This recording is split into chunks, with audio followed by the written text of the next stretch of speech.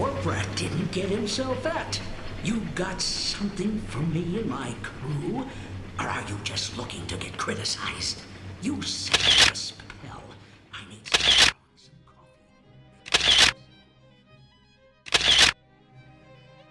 Peach Wilkins is one of the few people left in Rapture who's willing to at least talk to Jack during the events of the game BioShock. A former fisherman turned smuggler, Peach's time in this corrupt and morally bankrupt underwater city has left him extremely paranoid, fearful that his old supposedly dead boss, Frank Fontaine, wanted to get revenge for any part Peach may have played in his downfall. In the depths of Fontaine Fisheries, Peach and his fellow smugglers would lock themselves away, terrified of what Rapture was becoming, and fearful of the resurrection of their former leader. Just remember, sonny friend, I smell an ounce of Fontaine on you, and I'll have you in a box. Atlas gives you the vouch, but I ain't turning my eye just on his say-so. The story of Peach Wilkins as we know it begins with the promise of Rapture and Andrew Ryan's idea of the Great Chain. Though we don't know much about Peach's life on the surface, we know that it was this economic ideal that enticed Wilkins to try his luck in Rapture, to be an equal link in the chain that supposedly drove the city's submersed economy. However, when he arrived, it wasn't long before he learned that this underwater paradise was anything but. Wilkins would find himself a job at Fontaine Fisheries, catching and gutting fish with the dregs of society, while Ryan and the other elites held lavish parties in the beautiful halls of Fort Frolic. The Great Chain was a lie, and this disparity irked Wilkins fiercely. He longed for something better than the revolting work of the fisheries. And so, when his boss, Frank Fontaine, came to him with an alternative, he was all ears to find out what exactly he had in mind. Fontaine would tell Peach to bring a few of his buddies to the fisheries late one evening to discuss a somewhat shady business venture. Ever the savvy businessman, Fontaine had spotted a gap in Rapture's market. Items from the surface that were difficult to acquire in this remote city at the bottom of the sea.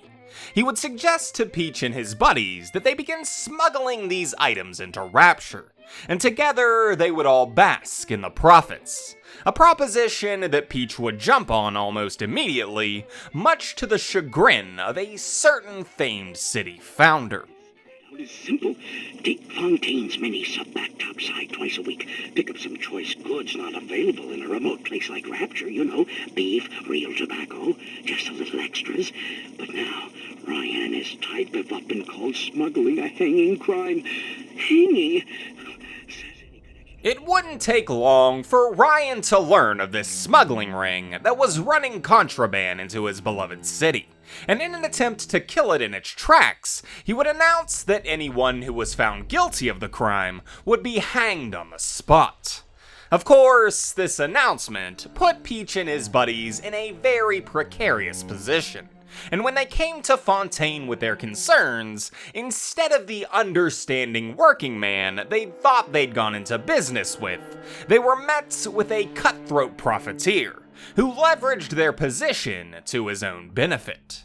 Fontaine told the smugglers that he was going to increase his cut of the profits to 80%, and if they had any problems with it, he would sell them out to Ryan for a quick death sentence. This exploitation pushed Peach and the other smugglers into a corner. Either work for Fontaine and run the risk of getting caught by Ryan, or leave Fontaine and get lynched for sure. With only one real option available, Peach unwillingly continued his job, becoming more paranoid by the day as dissent amongst the smugglers began to grow. Whispers of a rebellion were quickly quashed, however, as the day after a man named Sammy G threatened to hand over Fontaine to Ryan, he was found brutally murdered near the fisheries. Bitch. Sammy G comes and tells me he's thinking of going to the constable. And the next day, Sammy G was found in a sack in a salt pond. We had no choice here. We stay on Fontaine's crew and we're gonna catch the gallows. We take powder, and we end up like Sammy G. For the second time since he'd arrived in Rapture, Peach had been duped by promises for a better life. He continued his work for Fontaine, but as Ryan began to crack down on the smuggling ring, Wilkins would eventually be taken in for questioning by a man named Sullivan. Sullivan would offer the unfortunate smuggler a deal, give him hard evidence of Frank Fontaine's connection to the operation, and in exchange he would be cleared of all charges. And while we can't say for certain that it was Peach who turned the boss in, shortly after his capture, Fontaine's body would turn up dead from a shootout with Ryan's men. This supposed death of Rapture's greatest outlaw satisfied the vengeful eye of Ryan, but Peach himself wasn't convinced. He knew just how crafty Fontaine could be, knew that his former boss had the resources and the wit to concoct such a scheme as to fake his own death. This paranoia ate Peach alive inside. He began to question everything, suspect everyone. Anyone could be working for Fontaine, and at any moment he could hire them to tie up his loose ends. This fear, exacerbated by an addiction to Adam, began to consume him, and as Rapture broke out in a civil war led by a man named Atlas, Peach and his fellow former smugglers would barricade themselves away deep within the fisheries, untrusting of anyone who might come knocking at their doors.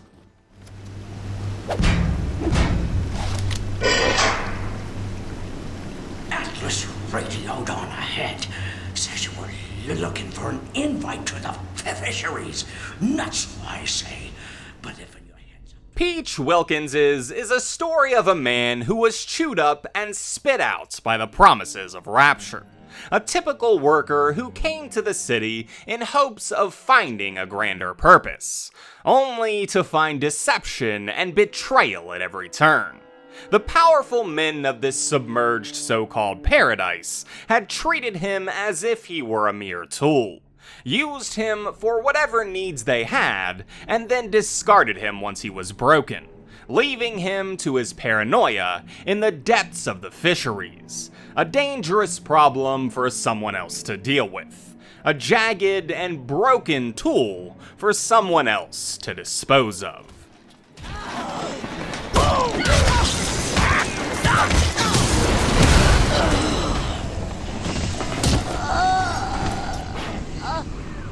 The submarine bay was only used by smugglers and thieves.